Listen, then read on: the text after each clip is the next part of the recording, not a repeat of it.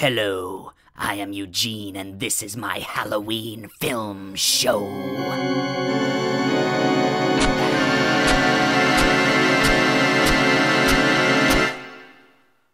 It's that time of year again, when witches and demons emerge from the darkness, and Satan spreads his wings.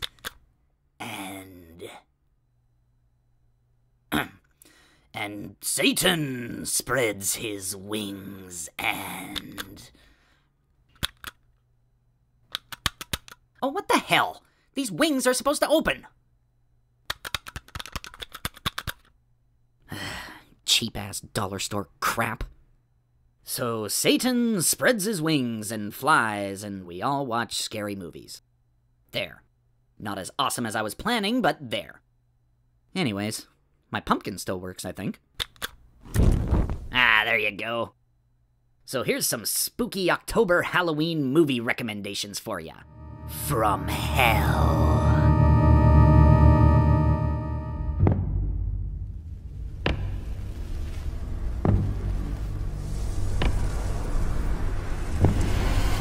In a small Virginia town, police officers and a forensics team are at a house where a very grisly multiple homicide has taken place. In the basement, however, the nude body of an unidentified young woman is discovered half buried with no superficial wounds or discernible cause of death. This is our Jane Doe.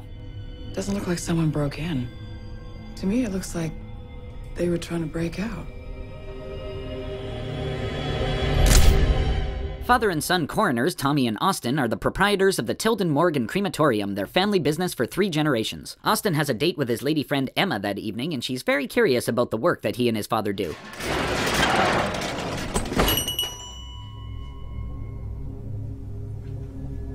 Why do you cover his face? There wasn't much of a face left to cover. Point-blank gunshot blasts tend to do that. Just as the young couple are about to leave for the night, Sheriff Burke arrives with the mystery woman's body, saying that he's going to need the cause of death by morning. Austin postpones his date with Emma to stay and assist his father with the examination. Huh. You don't see clouding like that unless the body's been dead for days. There's no lividity. No rigor mortis either. When do you think she died? She's colder than the ambient temperature. What conditions at the scene? Could be confounding factors. They find that she has no outward signs of injury, yet her wrists and ankles have been badly fractured. Peat soil is also found under her finger and toenails and in her hair, and her tongue has been crudely and unsurgically severed. Tommy proposes that perhaps she was the victim of a human trafficking ring. Severed tongue, shattered joints, vaginal trauma. The theory tracks. Barely out of the external. We got a ways to go. Moving along to the internal examination, things start getting really strange. When she's cut into, she bleeds like a fresh corpse, she has severely blackened lungs, and her heart is marked up with cuts and scar tissue. Imagine all this internal trauma was reflected externally. Shattered ankles and wrists, fire-burned lungs, scarred organs. What would she look like? She'd be mangled. Disfigured beyond recognition. A thunderstorm is raging outside, their radio starts acting squirrely, and strange noises can be heard coming from elsewhere in the mortuary. Digging further into the stomach and gastrointestinal system, they find what looks like a shroud with bizarre symbols, markings, and Roman numerals on it. And then shit starts going sideways.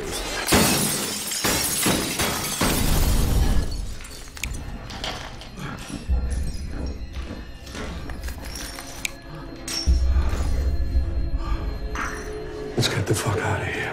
What I love about this film is its simplicity. It's essentially just a two-man show between these two actors. Brian Cox and Emile Hirsch are more than capable of carrying the load, and they bring a level of depth to these characters that's rarely found in films like this. And I gotta give a shout out to Olwen Catherine Kelly, who is our titular corpse. She plays a creepy dead chick pretty damn well. And for a story that takes place mostly in one room, it's consistently and even hypnotically watchable. Norwegian director Andre Uvredal makes his English-language film debut here and shows a real ingenuity in keeping things fresh and interesting in this confined space.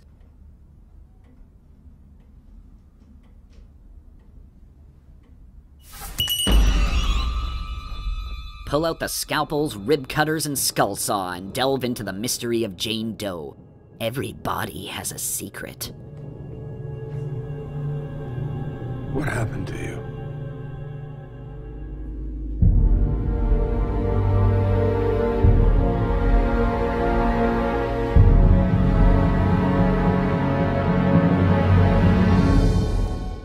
Goldfield family sheep farm in the beautiful New Zealand countryside. Young Henry is assisting his father out on the paddock, while his older brother Angus is planning to play a very cruel prank on him involving his beloved pet sheep, Dudley.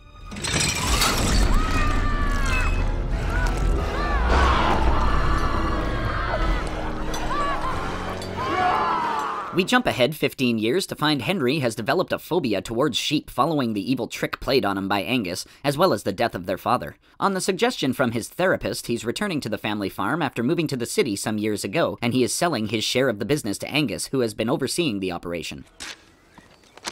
Right. That's for me, and that's for you. That'll buy you a lot of therapy. Meanwhile, a pair of hippy-dippy vegan environmental activists named Experience and Grant have snuck onto the property. They are investigating a secret laboratory on the premises where they believe inhumane genetic engineering experiments on sheep are taking place. Grant manages to make off with a container full of strange material, but while eluding the lab workers, the glass canister gets smashed, releasing whatever was inside of it.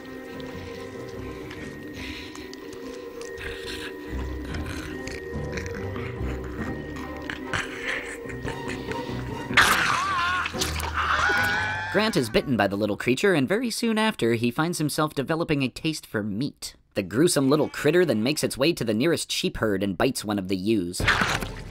Back at the house, Henry catches up with the feisty housekeeper, Mrs. Mack, as well as his old friend Tucker, who is now the farm manager. Tucker takes Henry on a drive across the grounds to the top of the paddock. Along the way, they encounter Experience, who has been roaming the grounds searching for the missing Grant, when they notice smoke coming from a neighboring farmhouse. After finding the farmer dead inside, they realize that something is not quite right with the sheep.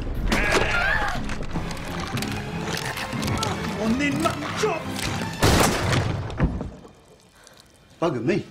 They manage to make their way out to Tucker's truck, only to be attacked while making their escape.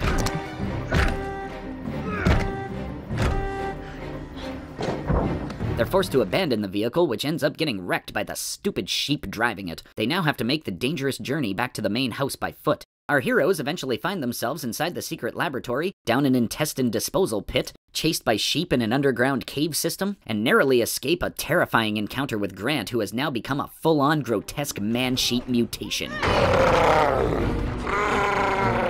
way! Come on! Meanwhile, Angus is giving a presentation to a group of investors and business people about the advances they've been making in agricultural science. And as you can imagine, it goes pretty smooth. Anybody who isn't horribly ripped to pieces turn into human sheep monsters. They finally make their way back to the big house, and with the help of Mrs. Mack and their trusty sheepdog, it's up to them to take back the farm. We'll make a farm girl out of you yet! This flick is just pure fun from beginning to end. All the sheep effects and makeup prosthetics were handled by the New Zealand-based Weta Workshop, best known for their association with Peter Jackson in the Lord of the Rings movies. It's 100% practical effects, and they do not skimp on the blood and guts. There is some outstanding gore in this picture, but it's so over the top you can't help but laugh maniacally. And also the fact that it's these dumb sheep causing all this mayhem definitely adds an extra layer of silliness to the proceedings. There are 40 million sheep in New Zealand, and they are pissed off.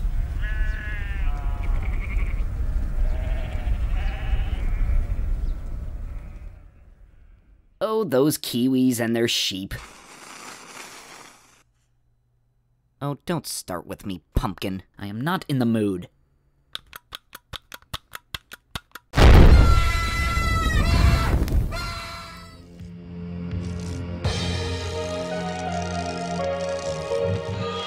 A man arrives home to his apartment with a platter of animal brains he's procured from his butcher. His wife dishes one up, takes it into the bathroom, and discovers, to her horror, that someone or something is gone from the bathtub.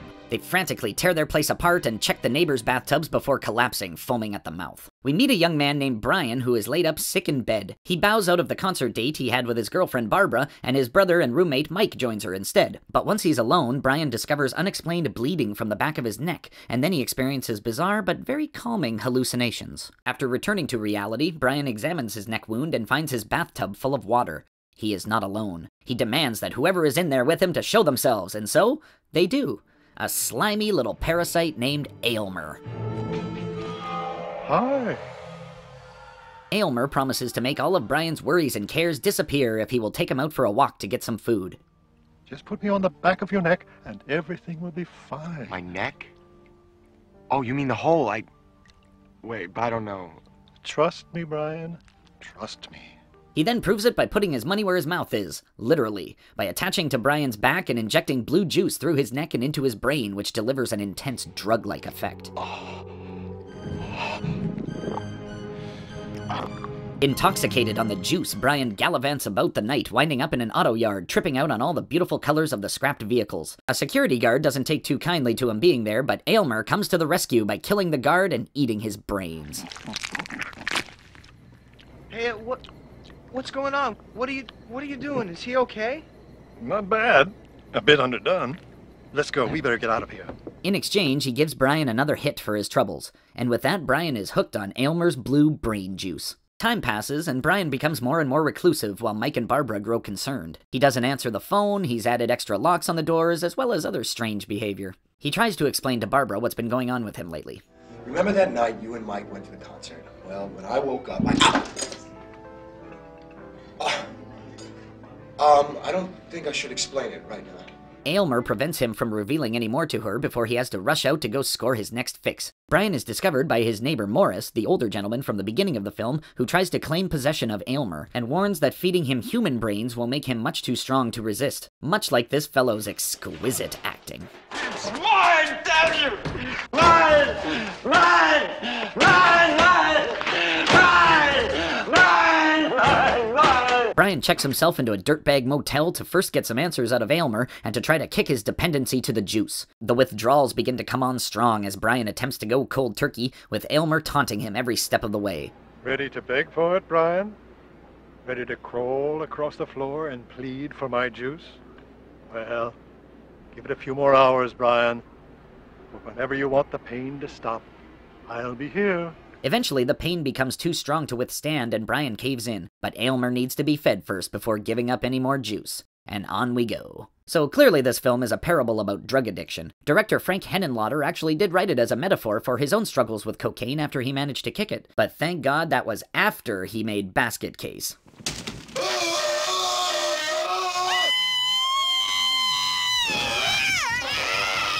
It explains so much. So why don't you say goodbye to all your worries and forget all your cares and have some fun on the blue juice.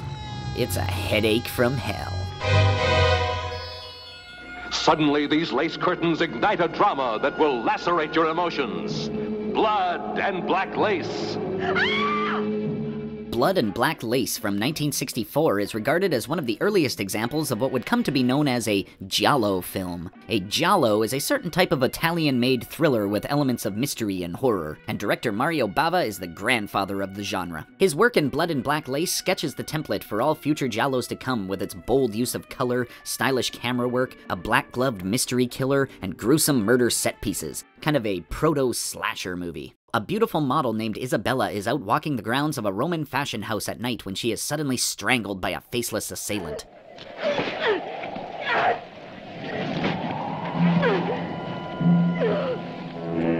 A police inspector visits the salon to speak to potential witnesses. The two managers, Christina and Max, played by Ava Bartok and Cameron Mitchell, introduce the inspector to those who work and reside in the house, as well as some of their acquaintances. You got the nervous pill popper Marco, Caesar, a shifty dress designer, Frank, Isabella's ex-lover and antique dealer, Nicole, another one of the models and also Frank's current lover, Peggy, another one of the models, and so on and so forth. At a fashion show, amongst Isabella's belongings, it's discovered that she kept a diary detailing the staff's personal lives and scandalous activities. It seems everyone there has something shady to hide, as all eyes are fixed on that diary. Nicole offers to hand it in to the police after the show, but she ducks out early to meet Frank at his shop and go through the diary looking for any compromising material about the two of them. But instead of Frank, it's the killer that's waiting for her. Now this sequence has the most striking use of color and camera work that's emblematic of the giallo genre.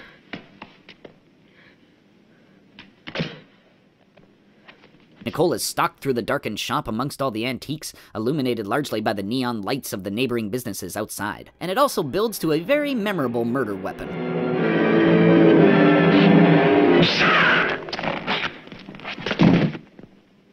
It turns out that the killer is after the diary as well, but some rotten skunk stole it from Nicole's purse when she wasn't looking. And that rotten skunk is Peggy, who returns home after the fashion show only to find waiting for her Oh, Clarice, you're still here. Good evening, miss. Oh, a red herring. Clever. There's no shortage of red herrings in this picture to throw you off the scent, as seemingly any one of these folks could be the killer. They all have something to hide. Meanwhile, the inspector carries on with his investigation, which becomes more and more confounding as the bodies keep piling up. Look at how the murderer tortured her. He must have used a red-hot poker. He must have been a madman. Or a sex maniac and homicidal fury. Against beautiful women. Yes. Perhaps the sight of beauty makes him lose control of himself and kill. Blood and Black Lace wasn't particularly well received upon release. The acting and script were heavily criticized, while the direction and gorgeous color photography were praised. Oddly enough, it's almost a prerequisite of giallo films to have nonsensical plots, so I can't really argue with the criticism, but fans of the genre don't give two shits about that. We're here for some killing.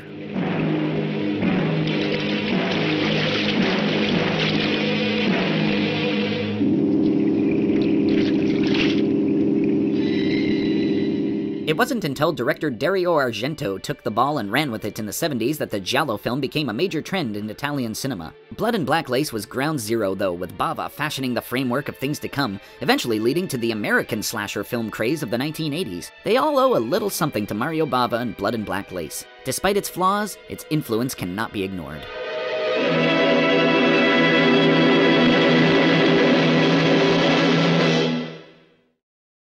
So as it turns out, this body paint I used is not flame retardant.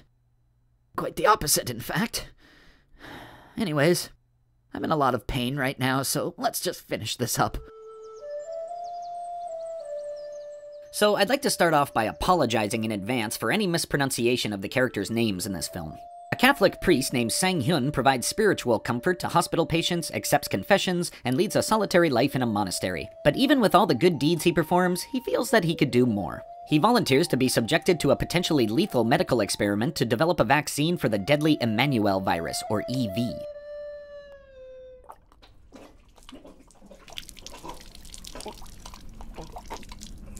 The experiment does indeed prove to be lethal, and he dies on the table, but not before being given a blood transfusion. Moments after being pronounced dead, he returns to life. The priest is seen by many to be a miracle healer and is bombarded with parishioners seeking his abilities. An old childhood friend of his named Kang Woo reaches out to him in hopes that he can cast out the cancer that's within him. We also meet Kang Woo's overbearing mother and his distant wife, Taiju. Taiju is just unimpressed with everything in her life, from her bitch of a mother-in-law to her clueless husband whom she really wouldn't mind seeing dead. She takes out her frustrations by going for barefoot runs through the neighborhood. Sang-hyun is invited to join their weekly mahjong night, where he finds himself growing attracted to Taiju, a big no-no for a Catholic priest. She's not even a little boy. Later, he finds his sense of smell and his hearing is also becoming extremely sensitive.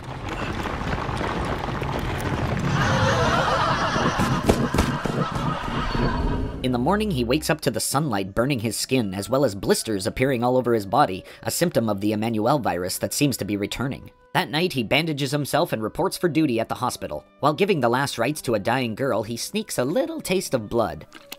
Unsatisfied, he then decides to visit a coma patient that he's been seeing.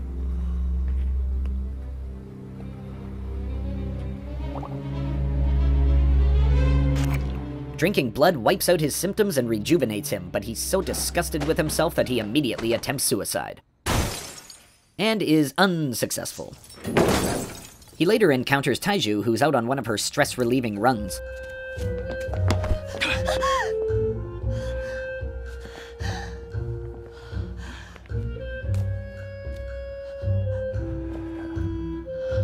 She finds herself drawn to his physicality, and very soon they begin to have an affair. Sang-hyun does not kill for the blood that he needs, and so he satisfies his thirst by stealing a few pints here and there from the hospital patients or blood transfusion bags which he keeps in the fridge. He eventually reveals his vampirism to Taiju, and she is repelled at first, but then fascinated by his unusual strength and superhuman abilities. 여기서 뛰어내릴 수 있어요?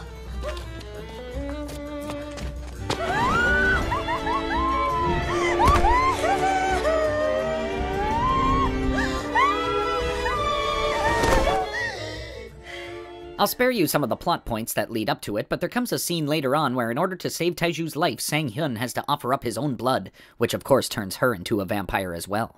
And boy, oh boy, she takes to this vampire stuff like a duck to water. While Sang-Yun still refuses to kill, she gleefully murders for the blood she drinks, luring her victims to their deaths with absolutely no remorse. She becomes a monster. 피는 내가 구해준다잖아. 병원에서 훔쳐온 피?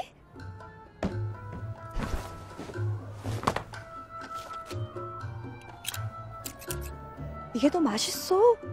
South Korean director Park Chan-wook got the attention of Western audiences in a big bad way with his widely acclaimed film Oldboy in 2003. He's a filmmaker that doesn't pull punches, and that makes him a perfect fit for this gruesome but also psychologically complex material. I think this is one of the very best vampire films ever made. Its running time at over 2 hours is a bit on the long side, but that's just more blood for the drinking. It'll quench your thirst. 죽어서 그래. 심장이 펌핑을 안 해주니까. 이 발목을 자른 다음에 말이야.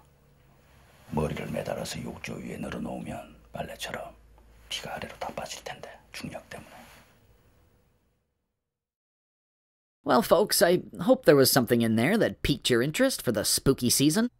I'm Eugene, and this was my Halloween film show. I'm gonna go anoint my wounds with various creams. Happy Halloween. I don't even care anymore.